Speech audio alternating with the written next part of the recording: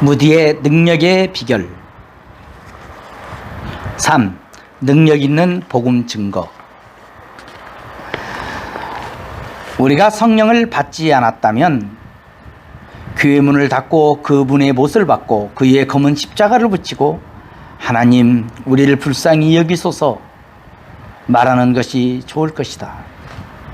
목사들이 성령을 받지 않았다면 설교를 하지 않는 편이 낫고 신자들은 집에서 쉬는 편이 나을 것이다. 성령이 계시지 않는 교회는 축복이라기보다는 저주라고 말한다고 하더라도 지나친 말이 아닐 것이다. 예수 그리스도의 일꾼이여, 만일 그대가 성령을 받지 않았다면 그대는 다른 누군가가 해야 할 일을 방해하고 있음을 기억하라.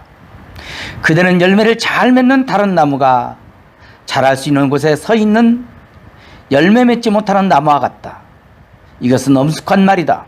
왜냐하면 성령의 사역이 되거나 아니면 성령이 전혀 없는 사역이 되거나 혹은 그보다 더 나쁜 것이 될 수 있기 때문이다.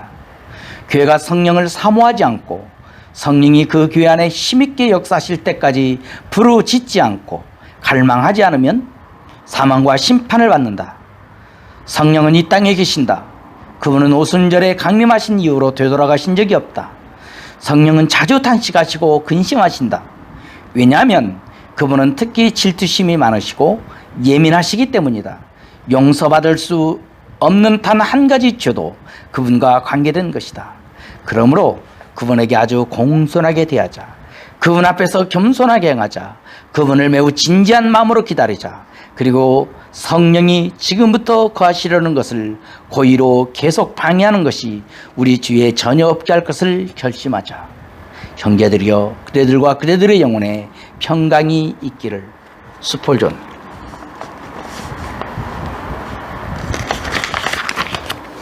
성령의 능력으로 복음 증거하는 주제에 대해서 교회는 충분히 이해하지 못하고 있다.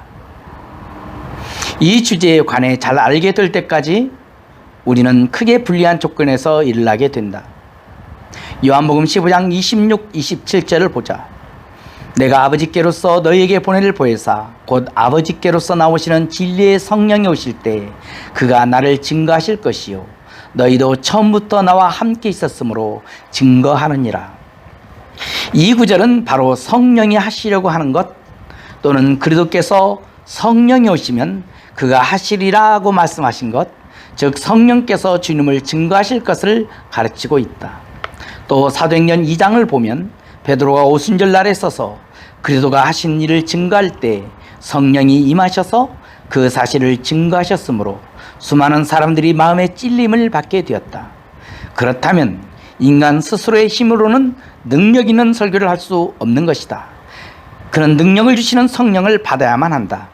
그리고 성령의 생각에 따라 증거하기 위하여 하나님의 말씀을 연구해야만 한다. 증거란 무엇인가?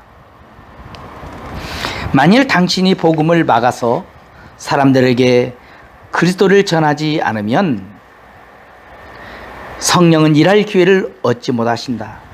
그러나 베드로가 오순절에 서서 그리스도께서 죄를 위해 죽으시고 다시 살아나셔서 하늘로 올라가셨다는 이 한 가지 사실을 증거할 때 성령이 임하셔서 그리스도와 그가 하신 일을 증거하셨다. 성령은 그리스도가 하늘에 계신다는 사실의 증인이 되시기 위하여 강림하셨다. 만일 성령이 복음의 사실을 설교하는 데 증인이 되지 않으셨다면 교회는 지난 18세기 동안 살아남았겠는가? 만일 성령 강림이 없었더라면 그리스도의 죽음과 부활과 승천은 주님의 탄생처럼 곧 잊혀지지 않았겠는가? 왜냐하면 세례 요한이 광야에 나타났을 때 사람들은 분명히 예수 그리스도의 탄생을 완전히 잊어버리고 있었기 때문이다. 참으로 30년이라는 짧은 세월은 다 지나가 버렸다. 사람들은 목자들이 전해준 이야기를 이미 잊어버리고 있었다. 또 그들은 주의 부모가 아기 예수를 데리고 성전에 들어오자 그곳에 있던 늙은 선지자와 여선지자가 했던 기이한 일을 이미 잊어버렸다. 박사들이 유대인의 왕으로 나신 이가 계신 곳을 찾아 예루살렘에 왔던 사실도 잊고 있었다. 그리하여 주님의 탄생 이야기는 이제 막 서서히 사라져가고 있는 것 같았다. 사람들은 그것을 거의 다 잊고 있었다. 그때 세례 요한이 광야에 나타났고 그 사건이 그들의 기억에 다시 떠오르게 되었다. 그러므로 만일 성령이 그리스도의 증인이 되셔서 그의 죽으심과 부활을 증거하시기 위하여 강림하시지 않았더라면 그 사실들은 주님의 탄생처럼 쉽게 잊혀져 버렸을 것이다. 더 큰 일. 성령의 증거는 능력의 증거이다. 예수님은 나의 하는 일을 저도 할 것이요 또한 이보다 더 큰 것도 하리니 이는 내가 아버지께로 감이니라. 요한복음 14장 12절에 말씀하셨다. 나는 이 말씀에 늘 걸려 넘어지곤 하였다. 그러면서도 나는 이 말씀을 이해하지 못하였다. 도대체 어떤 사람이 그리스도께서 하신 일보다 더 큰 일을 할 수 있단 말인가? 죽어 무덤에 묻힌 뒤 며칠이 지나 흙으로 변하기 시작한 시체를 어떻게 일으킬 수 있단 말인가? 어떻게 말 한마디로 그 시체를 무덤 밖으로 불러낼 수 있단 말인가? 그러나 나는 오래 살면 살수록 하나님을 거스리는 사람의 의지를 쳐서 하나님의 의지에 복종하게 되도록 영향을 미치는 것이 훨씬 더 큰 일임을 확신하게 된다. 다시 말해서 죽은 자를 살리는 것보다 살아서 죄를 지으면서 하나님을 미워하는 사람을 압도하는 능력을 갖는 것이 훨씬 더 큰 일이라는 것이다. 세상을 창조할 수 있으신 분이라면 죽은 몸도 살릴 수 있으실 것이다. 그러나 세상에서 가장 큰 기적은 오순절의 기적이었을 것이다. 여기 편견과 악의와 매정함으로 가득 찬 사람들이 손에 하나님의 아들의 핏방울을 묻힌 채 사도들을 에워싸고 있다. 그럼에도 불구하고 그들은 지독하게 미워하는 무식한 베드로가 서서 복음을 전한다. 그리하여 그들 중에서 3,000명이 즉시 마음에 찔림을 받아서 회개하고 주 예수 그리스도의 제자가 되었다. 그들은 하나님의 아들을 위하여 자신의 목숨을 기꺼이 버리는 자들이 된 것이다. 첫 번째 순교자 스데반을 비롯하여 그리스도를 위하여 목숨을 버린 몇몇 사람들이 회심한 것이 아마 그때였을 것이다. 그러므로 나에게는 오순절 사건이 세상에서 가장 큰 기적같이 생각된다. 그러나 베드로 혼자서 복음을 전한 것이 아니었다. 왜냐하면 성령이 그와 함께 하셨기 때문이다. 그러므로 불가사의한 결과가 나타나게 된 것이다. 유대 율법에서는 두 증인의 증거를 요구한다. 신명기 19장 15절 참조. 그러므로 베드로가 설교할 때 그곳에는 분명히 두 번째 증인이 있었다. 베드로는 그리스도를 증거하였다. 그런데 그리스도께서는 성령이 오시면 그가 나를 증거하리라고 말씀하셨다. 그러므로 그들 둘 다 우리의 성육신과 사역과 죽으심과 부활의 진실성을 증거하는 증인이 되었으며 그 결과 수많은 무리가 죽게 돌아오게 되었다. 오늘날 우리의 잘못은 설교자들이 십자가는 모른 채하고 영적으로 바짝 메마른 설교와 지나치게 세련된 언어로 그리스도를 가리워버리는 것이다. 그들은 사람들에게 주님을 분명하게 제시하지 않는다. 아마 그것이 바로 성령께서 우리의 교회에서 권능으로 역사하시지 않는 이유일 것이다. 우리에게 필요한 것은 멸망해가는 이 세상에 그리스도를 전하고 제시하는 것이다. 세상은 내가 없어도 얼마든지 잘 뛰어나갈 수 있다. 그러나 그리스도 없이는 잘 뛰어나갈 수는 없다. 그러므로 우리는 그분을 증거해야만 한다. 그리고 오늘날의 세계는 분명히 이 신적인 것, 즉 우리의 영적 생명을 만족해 하는 것에 기갈이 들어있다. 수많은 사람들이 이 위대한 빛을 알지 못하고 어둠 속에 앉아있다.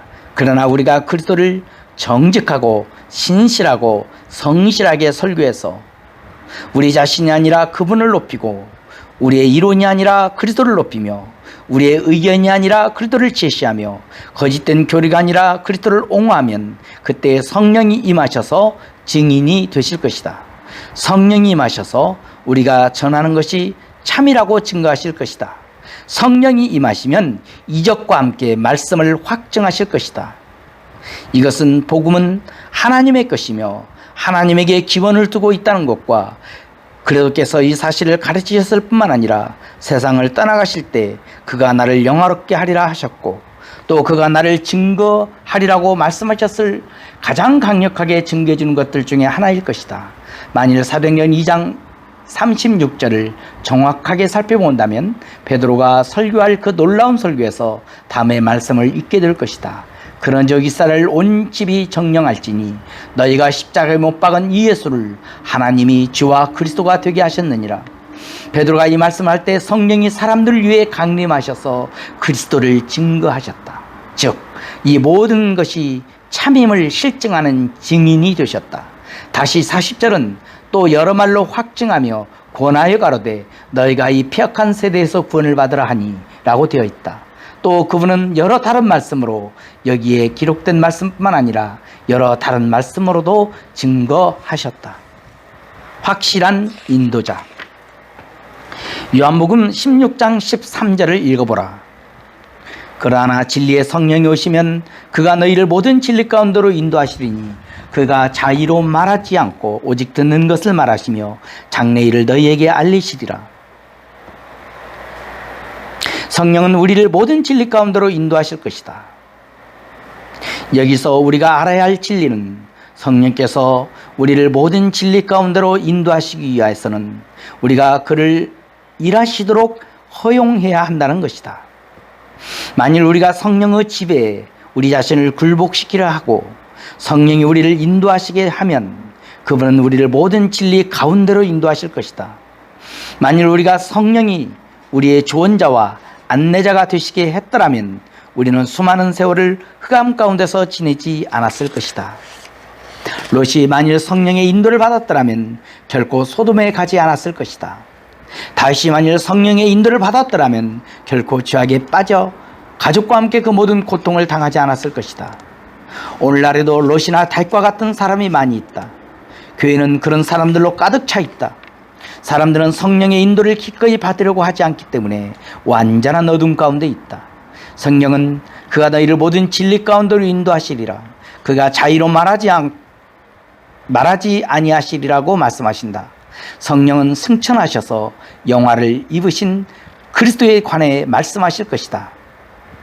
출타 중인 어느 남편에게서 그의 아내나 혹은 어머니에게 소식을 전해달라는 부탁을 받은 심부름꾼이 도착하자마자 기껏 자신에 관한 이야기와 자기 자랑만을 늘어놓고 남편과 부탁을 받은 정갈은 무시한다면 그는 어떤 심부름꾼이겠는가? 여러분은 아마 그 행동을 대단히 무리한 행동이라고 생각할 것이다. 그렇다면 그리스도와 복음은 빠뜨리고 자신에 관한 이야기나 혹은 어떤 지루한 이론을 늘어놓는 거짓 교사의 죄는 무엇이라고 해야 하겠는가? 만일 우리가 성령을 쫓아 증거한다면 예수를 증거해야만 한다.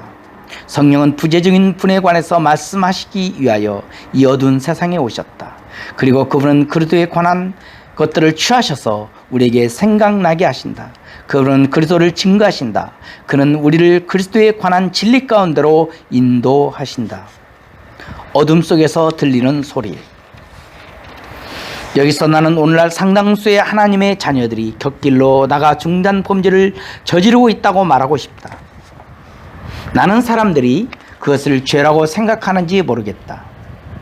그러나 성경을 조사해 보면 그것은 중대한 죄악임을 확실히 알게 될 것이다.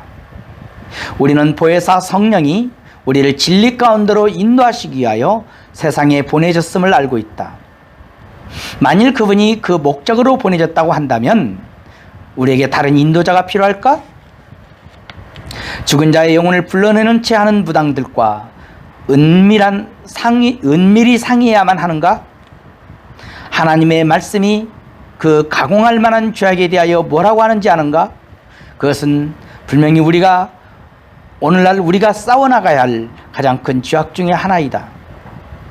설령 가능한 일이라 할지라도 죽은 자에게 나아가서 그를 불러내며 그와 상의하는 것은 성령을 모욕하는 것이다. 역대상 10장 13절 14절의 말씀에 주의하시기 바란다. 사울의 죽은 것은 여호와께 범죄하였음이라. 저가 여호와의 말씀을 지키지 아니하고 또 신접한 자에게 가르치기를 청하고 여호와께 묻지 아니하였으며 여호와께서 저를 죽이시고 그 나라를 이새의 아들 다윗에게 돌리셨더라. 하나님은 바로 이 죄 때문에 사울을 죽이셨다. 이 구절에서 지적된 사울의 두 가지 죄악 중에서 첫째 번째는 그가 하나님의 말씀을 청종하지 않은 것이며 두 번째는 그가 귀신과 상한 것이었다. 그는 이 큰 죄악에 미혹되어서 하나님께 범죄하였다. 사울은 바로 여기에서 넘어졌던 것이다. 그런데 오늘날 죽은 자를 불러내어서 그들에게 물어보는 채 가장하는 부당과 상의에도 해로울 것이 없다고 생각하는 유양만의 하나님의 자녀가 상당히 많이 있다.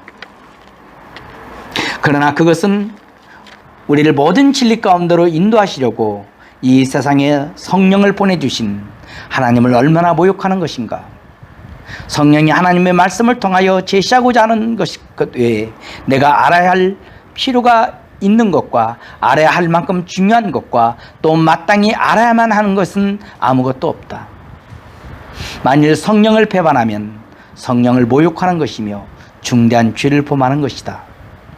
아시다시피 누가복음에서는 저승에 있는 부자가 누군가를 자기 아버지에게로 보내어 그의 5 형제들에게 경고해 줄 것을 소원하는 이야기가 나온다. 그리스도께서는 그들에게 모세와 선지자들이 있으며 만일 그들의 말을 듣지 않는다면 비록 죽은 자가 살아나서 말한다고 할지라도 듣지 않을 것이라고 말씀하셨다. 모세와 선지자들, 곧 모세오경과 선지자들은 그 당시에는 이미 완성되어 있었으며 그것이면 충분하였다. 그러나 오늘날 대단히 많은 사람들이 하나님의 말씀 이외의 어떤 것을 원한다. 그리하여 이 가짜 빛들의 은밀히 주의를 돌리고 있다. 지절거리며 속살거리는 영들. 앞에서 다룬 주제를 설명해주는 성구가 또 있다. 혹이 너희에게 고하기를 지절거리며 속살거리는 신접한 자와 마술사에게 부르라 하거든 백성이 자기 하나님께 구할 것이 아니냐. 산자를 위하여 죽은 자에게 구하겠느냐 하라. 이사야 8장 19절. 그것은 바로 테이블 두드리는 소리와 캐비넷 속에서 나는 거짓 소리가 아니고 무엇이겠는가. 만일 그것이 하나님에게서 온 전갈이라면 어두운 방 안에 들어가서 전등불을 모두 꺼야만 받을 수 있는가. 주님은 아무것도 은밀히 가르치지 않으셨다. 하나님은 그러한 행동 속에는 계시지 않는다. 그리고 하나님의 자녀인 우리가 원하는 것은 우리 자신을 이러한 악에서 지키는 것이다. 이와 관련하여 자주 인용되는 다음의 성구의 주의를 기울이라. 마땅히 율법과 증거의 말씀을 쫓을지니 그들의 말하는 바가 이 말씀에 맞지 않으면 그들이 정령이 아침 빛을 보지 못하고. 율법과 증거의 말씀, 곧 성경 말씀에 맞지 않는 어떤 교리를 가지고 우리에게 다가오는 자들은 악마에게서 오는 자들이며 의의 원수들임을 알자. 왜냐하면 그들에게는 빛이 없기 때문이다. 이들 귀신과 상의하는 자들은 하나님의 말씀을 공격한다. 그들은 하나님의 말씀을 믿지 않는다. 그런데 상당히 많은 사람들이 하나님의 말씀과 귀신의 가르침을 둘 다 들어야 한다고 말하고 있다.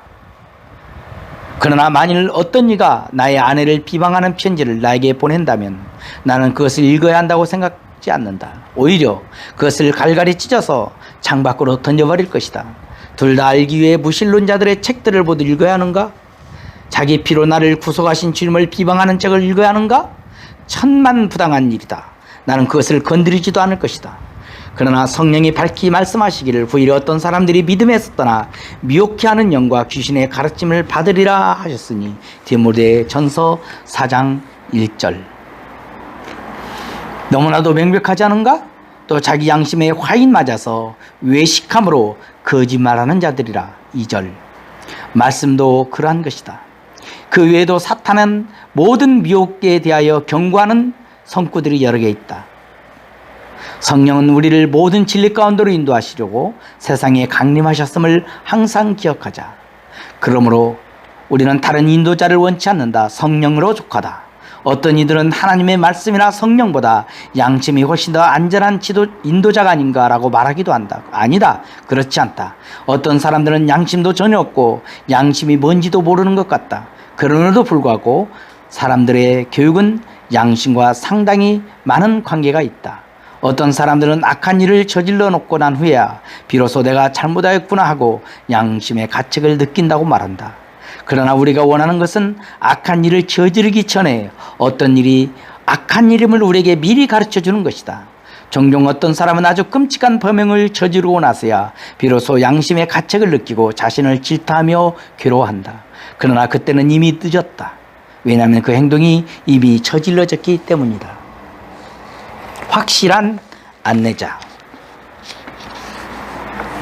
나는 알프스를 다녀온 사람들로부터 위험한 장소를 지날 경우에는 안내자가 그들을 자기 몸에 꼭 붙들어 맨 다음 안내자가 먼저 정확히 나가면 사람들이 그에게 묶여진 채로 나아간다는 이야기를 들었다. 이와 같이 그리스도인들도 확실한 인도자인 성령에 연결되고 안전하게 붙들려야 한다. 왜 그러한가?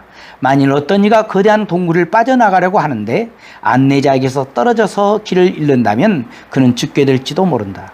만일 안내자에게서 떨어진다면 그는 분명히 횡사할 것이다. 그 동굴에는 많은 함정과 깊이를 알 수 없는 강들이 있다. 그래서 안내자나 등불이 없이 그 동굴을 빠져나가는 길을 찾을 가망이 전혀 없다. 이와 같이 우리가 이 세상이라는 깜깜한 광야를 홀로 지나갈 가망이 전혀 없다. 사람이 하나님의 말씀의 등불과 성령의 인도 없이 이 악한 세상을 살아나갈 수 있다고 생각하는 것은 어리석은 것이다. 하나님은 이 중대한 여행을 하는 동안 내내 우리를 인도하시기 위해서 성령을 보내셨다. 만일 우리가 성령의 도움을 받지 않고 일을 하려고 한다면 우리는 영원한 밤의 깊은 어둠 속에 발을 들여놓게 될 것이다. 하나님의 말씀을 깊이 간직하라. 만일 인도하심을 받기 원한다면 하나님의 말씀을 연구해야 한다. 하나님의 말씀은 성령의 등불이기 때문이다. 요한복음 14장 26절에서는 다음과 같이 말씀하고 있다. 보혜사 곧 아버지께서 내 이름으로 보내실 성령 그가 너희에게 모든 것을 가르치시고 내가 너희에게 말한 모든 것을 생각나게 하시리라. 또 요한복음 16장 13절에서는 그러나 진리의 성령이 오시면 그가 너희를 모든 진리 가운데로 인도하시리니 그가 자의로 말하지 않고 오직 듣는 것을 말하시며 장래 일을 너희에게 알리시리라고 말씀하신다. 그가 장래 일을 너희에게 알리시리라. 대단히 많은 사람들이 성경은 시대에 뒤떨어진 책, 즉 구식의 책이라고 생각하는 것과 같다. 그러나 그들은 성경의 시대는 지나갔다고 생각한다. 그들은 성경은 중세 암흑 시대에는 매우 유익한 책이었으며 그 안에는 어떤 매우 교훈적인 역사가 들어있다고 말한다. 그러나 그 이후 현대에는 그렇게 도움이 된다고 생각하지 않는다.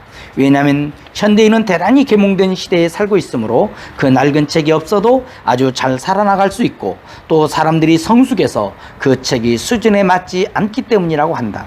그들은 성경은 옛날 책이므로 아무 쓸모가 없다고 생각한다. 그렇다면 당신은 그렇게 오랫동안 빛을 발해온 태양이 이제는 너무 낡아서 시대에 뒤떨어졌으며 우리에게는 훨씬 더 새로운 빛 그리고 더 좋은 빛, 즉 가스의 빛과 현대의 새로운 전기의 빛이 있으므로 사람이 집을 지을 때는 반드시 태양이 비치는 쪽으로 창을 내어야만 하는 것이 아니라고 말하는 것이 더 나을 것이다. 좀 전에 말한 빛들은 새로운 것이다. 그래서 성경이 너무 구식이고 낡은 책이라고 생각하는 사람들이 만일 집을 지으려고 한다면 나는 그들에게 그 집에는 창문을 하나도 내지 말고 이 새로운 전기의 빛으로 밝게 하라고 충고하고 싶다. 그런데 창문을 없애는 건축법은 새로운 것이나 전기를 이용한 채광법은 대단히 염려스러운 방법일 것이다. 사람들은 마치 성경을 알고 있는 것처럼 이야기한다. 그러나 우리는 성경을 아직도 많이 알지 못하고 있다. 신문은 우리에게 그날 일어날 소식들을 전해준다. 그러나 성경은 우리에게 앞으로 일어날 일들을 이야기해준다. 성경은 새로운 것이다. 그러나 왜냐하면 성경에서는 이 세계에 일어날 소식들을 얻을 수 있기 때문이다. 성경은 우리에게 앞으로 분명히 일어날 일들을 얘기해 준다. 그러므로 그것은 신문에서 얻는 것보다 훨씬 더 새로운 소식들이다. 성경은 성령이 우리에게 모든 것을 가르치시리라는 것, 즉 우리를 모든 진리 가운데로 인도하실 뿐만 아니라 우리에게 모든 것을 가르치시리라는 것을 말해준다. 성령은 우리에게 기도하는 법을 가르치신다. 그리고 이 죄로 저주받은 땅 위에서 성령께서 제기하신 기도 가운데 응답되지 않은 것은 지금까지 거의 없었을 것이다. 왜냐하면 성령께서 제기하시지 않는 기도가 많이 있다. 전에 나는 부자가 되려는 대단한 야심을 가졌었다. 나는 10만 달러를 달라고 기도하곤 하였다. 그것이 나의 목표였다. 그리고 나는 하나님이 나의 기도에 응답해 주시지 않는다고 말하곤 했다. 그분은 나를 부자가 되게 하지 않으셨다.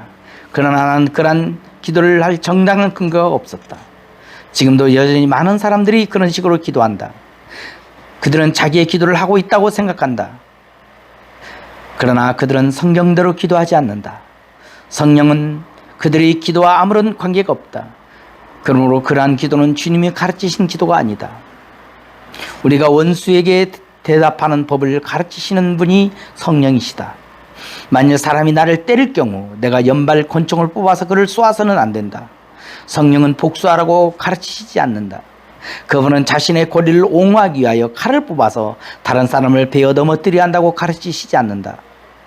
어떤 이들은 만일 당신이 반격을 가하지 않으면 겁쟁이라고 말할 것이다. 그러나 그리스도는 오른편 뺨을 치는 자에게 왼뺨도 돌려드라고 말씀하신다. 나는 어떤 다른 교훈보다 그리스도의 교훈을 택하겠다. 왜냐하면 사람이 자신을 방어하는 데 사용하라고 권총에 탄환을 재어놓는다고 해서 많은 이득을 얻는 것이 아니기 때문이다. 미국에 있는 사람들에게 바로 이 그리스도의 교훈을 가르치기 위하여 희생적인 삶을 살아온 이들이 많이 있다. 하나님의 말씀은 연발 권총보다 훨씬 더 훌륭한 보호자이다. 그러므로 우리는 말씀의 가르침을 받아들여 거기에 따라 살아감으로써 하나님의 말씀의 보호를 받아야 할 것이다. 생각나게 하심. 성령께서 하시는 일 중 또 하나는 우리에게 예수님의 가르침을 생각나게 하는 것임을 기억하면 큰 위로가 될 것이다. 주님은 이렇게 약속하셨다. 그가 너에게 모든 것을 가르치시고 내가 너에게 말한 모든 것을 생각나게 하시리라. 요한복음 14장 26절. 얼마나 감동적인가? 아마 이것을 경험한 그리스도인이 많을 것이다. 그들은 복음을 전하는 동안에 성령께서 예수 그리스도의 말씀 중에서 어떤 것들을 정확하게 생각나게 하셔서 그들의 마음이 즉시 하나님의 말씀으로 충만하게 되었다고 증거한다. 그러므로 우리에게 성령이 임하시면 권능으로 설교할 수 있으며 주께서 우리가 하는 설교의 은혜를 주시고 우리의 사역을 축복하실 것이다. 교회 안에서 하나님이 쓰시는 사람이 그렇게 적은 이유는 그들 중에 하나님이 쓰실 수 있는 능력이었기 때문이다. 하나님은 우리의 생각을 사용하시지 않는다. 그러나 우리는 중심에 하나님의 말씀을 간직해야 한다. 그리하여 성령께서 우리에게 불을 붙이시면 그것을 풍성하고 송이꿀처럼 달고 생수처럼 신선하게 증가하게 될 것이며 또 주의 말씀이 축복된 결과를 가져올 것이기 때문이다. 하나님은 우리를 쓰시기를 원하신다. 또 하나님은 우리를 축복의 통로로 삼기를 원하신다. 그러나 우리의 상태 때문에 하나님께서 쓰시지 못하신다. 문제는 바로 이것이다. 그래서 주님을 증거하지 못하는 사람들이 아주 많이 있다. 그들은 말을 해도 내용이 없다. 또 기도를 해도 능력이 없다. 그들은 간구하지 않는다. 그들은 기도는 상투적인 말뿐이다. 이제 우리가 해야 할 일은 우리에게 성령이 임하셔서 주 예수의 말씀을 생각나게, 즉 우리의 기억에 떠오르게 하시도록 말씀으로 매우 충만케 되는 것이다. 고린도전서 2장 9절에서 다음과 같이 말씀하고 있다. 하나님이 자기를 사랑하는 자들을 위하여 예비하신 모든 것은 눈으로 보지 못하고 귀로도 듣지 못하고 사람의 마음으로도 생각지 못하였다. 우리는 많은 사람들이 기도할 때 이 성구로 기도를 짝 맞추고 또 이 구절로 기도를 멈출 정도로 자주 인용하는 것을 듣게 된다. 그런데 당신이 천국이라는 말을 하면 곧 그들은 우리는 천국에 관해서는 아무것도 모릅니다. 왜냐하면 그것은 마음으로도 생각지 못할 것이요 눈으로도 보지 못한 것이지요. 그것은 오로지 추측일 뿐이죠. 우리는 천국과는 아무런 관계가 없습니다 라고 말할 것이다. 그러면서도 그들은 이 말씀을 기록된 그대로 인용한다. 하나님이 자기를 사랑하는 자들을 위하여 예비하신 모든 것은 눈으로 보지 못하고 귀로 듣지 못하고 사람의 마음으로도 생각지 못하였다. 그 다음은 무엇인가? 오직 하나님이 성령으로 이것을 우리에게 보이셨으니 라고 말씀하신다. 그리고 주님은 그 이유를 다음의 말씀으로 우리에게 밝히 알려주신다. 성령은 모든 것, 곧 하나님의 깊은 것이라도 통달하시느니라. 그렇다. 바로 이것이 성령님이 하시는 일이시다. 긴 안목과 짧은 안목. 성령은 하나님이 우리를 위하여 예배하신 것을 생각나게 하신다. 나는 언젠가 어떤 분이 아브라함에 대해서 이야기하는 것을 들은 적이 있다. 그는 아브라함은 물이 풍부한 소돔 평야의 유혹에 넘어가지 않았다. 왜냐하면 아브라함은 소위 안목이 긴 사람이었기 때문이다. 그는 하나님의 경영하시고 지으실 터가 있는 도성에 눈을 두었다. 그러나 롯은 안목이 짧은 사람이었다 라고 말하였다. 교회 안에는 안목이 짧은 사람들이 많이 있다. 그들은 자기 주변에서 자신이 좋다고 생각하는 것만 바라본다. 아브라함은 안목이 긴 사람이었다. 그는 하늘의 도성을 바라보았다. 모세도 안목이 긴 사람이었다. 그는 하나님의 궁전을 떠나 종살이를 하고 있는 비참한 하나님의 백성들과 같이 되었다.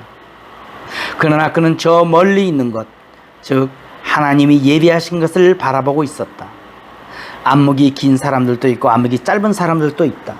그런데 나의 한 친구는 한편으로는 안목이 길고 다른 한편으로는 안목이 짧다. 아마 교회에는 이런 사람들이 가득할 것이다. 그들은 한 눈으로는 세상을 원하고 또 한 눈으로는 하나님의 나라를 원한다. 그러므로 만사가 흐릿하다. 한 눈은 안목이 길고 또 다른 한 눈은 안목이 짧기 때문이다. 그래서 모든 것이 혼란스럽다. 그래서 사람을 보고 나무 같은 것들이 걸어가는 것 같다라고 한다. 교회는 이러한 사람들로 가득 차 있다. 그러나 스데반은 안목이 긴 사람이었다. 그는 천국을 들여다볼 수 있었다. 그러므로 사람들은 그가 죽어갈 때에도 그리도가 승천하지 않으셨다고 설득할 수 없었다. 보라, 저편을 보라. 나는 저 너머로 주님을 보노라. 주님이 보좌에 하나님의 우편에 서 계신다라고 그는 말했다. 그는 천국을 분명히 본 것이다. 그래서 세상은 그를 유혹하지 못했다. 그러므로 그는 세상을 굴복시킨 것이다. 바울도 역시 안목이 긴 사람이었다. 그는 감히 말할 수 없는 숭고하고 영광스러운 일을 보았다. 성령이 우리에게 임하시면 세상은 매우 헛되이 여겨진다. 그러므로 세상이 우리를 붙잡아 두지 못하게 된다. 오히려 우리가 세상을 지배하기 시작한다. 성령이 우리에게 임하시면 우리는 틀림없이 유한한 일을 버리고 영원한 일을 붙잡게 될 것이다. 오늘날 교회가 필요로 하는 것이 바로 이것이다. 우리는 성령이 큰 권능으로 임하여 우리 속에 있는 사악한 불순물을 다 태워버리시기를 원한다. 오 불같은 성령이여 임하소서. 그리고 우리 속에 있는 하나님의 복되신 말씀과 거룩하신 뜻을 거스리는 모든 것을 태워버리소서. 요한복음 14장 16절에서는 보혜사란 말이 나온다. 이것은 성령이 보혜사라고 불리워지는 첫 번째 경우이다. 이제까지는 그리스도께서는 그들의 보혜사였다. 하나님은 애통하는 자들을 위로하시기 위하여 그분을 보내셨다. 누가복음 4장 18절은 보혜사가 예언된 성경 구절이다. 주의 성령이 내게 임하셨으니 이는 가난한 자에게 복음을 전하게 하시려고 내게 기름을 부으시고 나를 보내사 포로된 자에게 자유를, 눈먼 자에게 다시 보게 됨을 전파하며 눌린 자를 자유케 하고. 보혜사가 함께하지 않으면 상한 심령을 치료할 수 없다.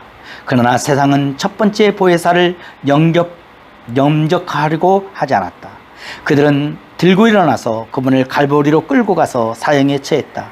그러나 그분은 떠나가실 때 내가 너희에게 또 다른 보혜사를 보낼 것이요 그리하면 너희가 반드시 위로를 받을 것이다.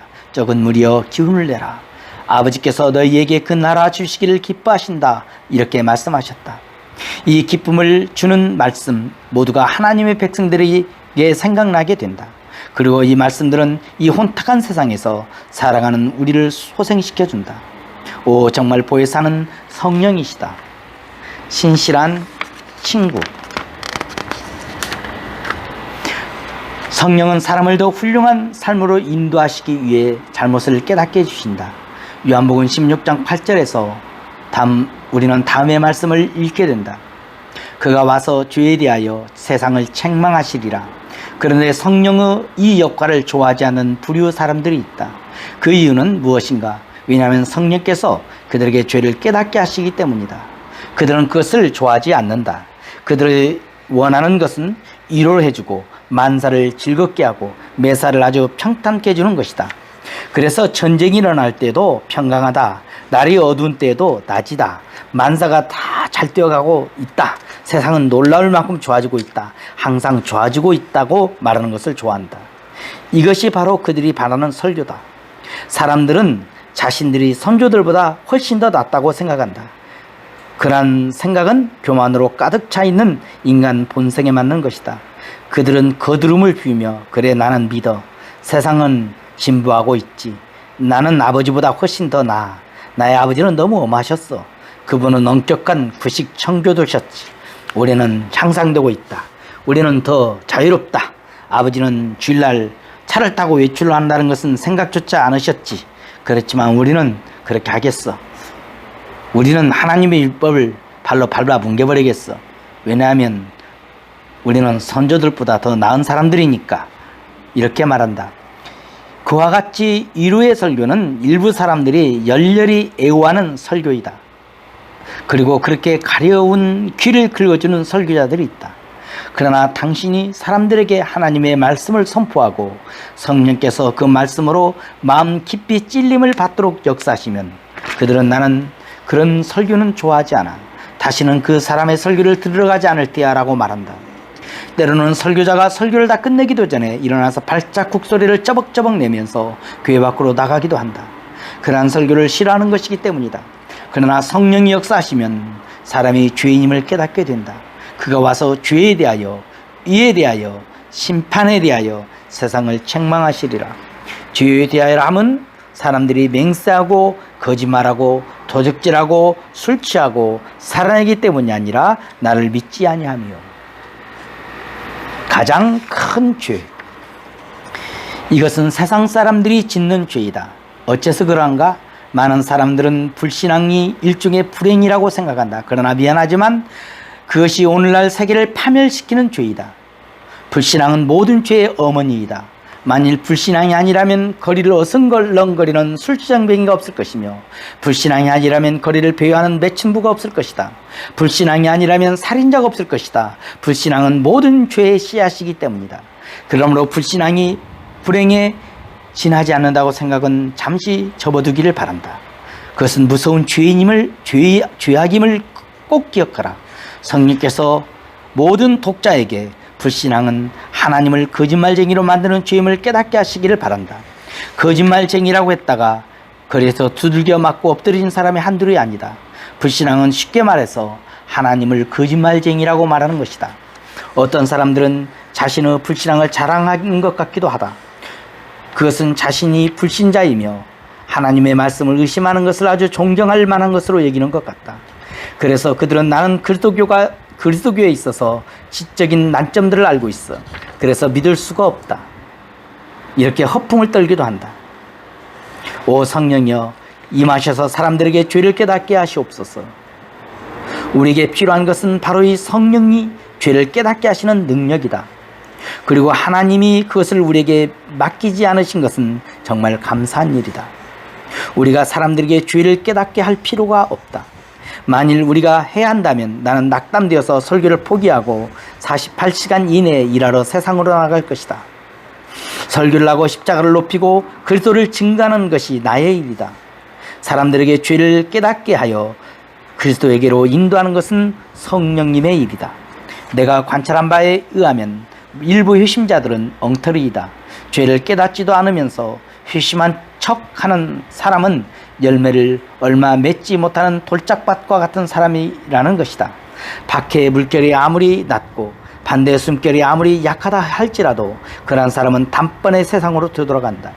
지나는 그리스도인의 독자들이요, 하나님이 깊이 그리고 철저히 역사하셔서 사람들이 불신앙의 상태에 머물러 있을 수 없도록 죄를 깨닫게 해주시기를 기도하자. 그 사역이 지상에서 철저히 수행될 수 있도록 하나님께 기도하자. 나는 성령께서 죄를 깨닫게 해주시지도 않는데 회심한 척하는 사람 1000명을 만나기보다는 차라리 하나님께로부터 난 자 100명을 만나는 편을 택하겠다. 평강이 없는 때 평강하다, 평강하다고 외치지 말자. 죄 가운데 살고 있는 사람이 할 일은 죄를 미워하지 않고는 올바른 죄의 고백을 할 수 없음을 말하라. 하나님께서 모든 사람들에게 마음의 병을 보여주셔서 성령이 그들에게 죄를 깨닫게 하실 수 있도록 구하자. 그러면 우리의 사역은 참되고 깊이 있게 되며 모든 사람의 공력을 시험할 심판을 통과할 것이다.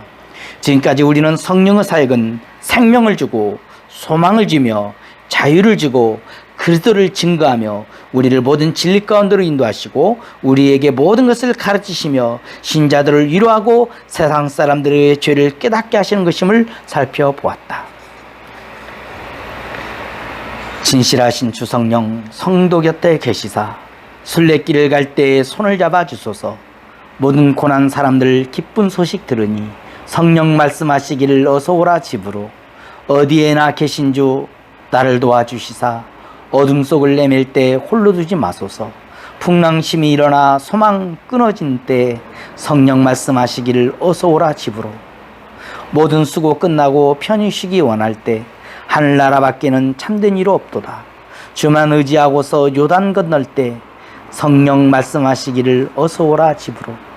오 성령이여, 내 귀에 들리는 그 음성, 감미로운 음악보다 감미로워 부드럽고 사랑스럽게 속삭인다. 그의 위로 내 영혼을 기쁘게 하며 내 마음의 성전을 피할 데 없는 기쁨으로 가득 채운다. 주여, 날마다 순간마다 당신을 원하나이다. 죽기까지 나를 사랑하시며 지금도 여전히 나를 사랑하시는 주님을 아주 똑같이 닮지 못하여 탄식하나이다. 나를 주님께 인도하시는 당신입니다. 내 갈급한 심령에 그의 위엄과 영광을 밝히 보여주시려고 눈을 여시는 당신입니다. 잠자는 성도를 깨우사 피바른 귀가 사랑하는 주님의 음성을 듣게 하고 그의 부르심에 재빨리 복종하도록 훈련시키는 당신입니다. 오 전능하신 성령이시여, 나의 믿음이 자라나서 천국에 형언할 수 없는 광채가 내 영혼에 충만하게 하소서. 그리하면 내 얼굴의 광채가 하나님을 대면하여 보았음을 말해줄 것입니다.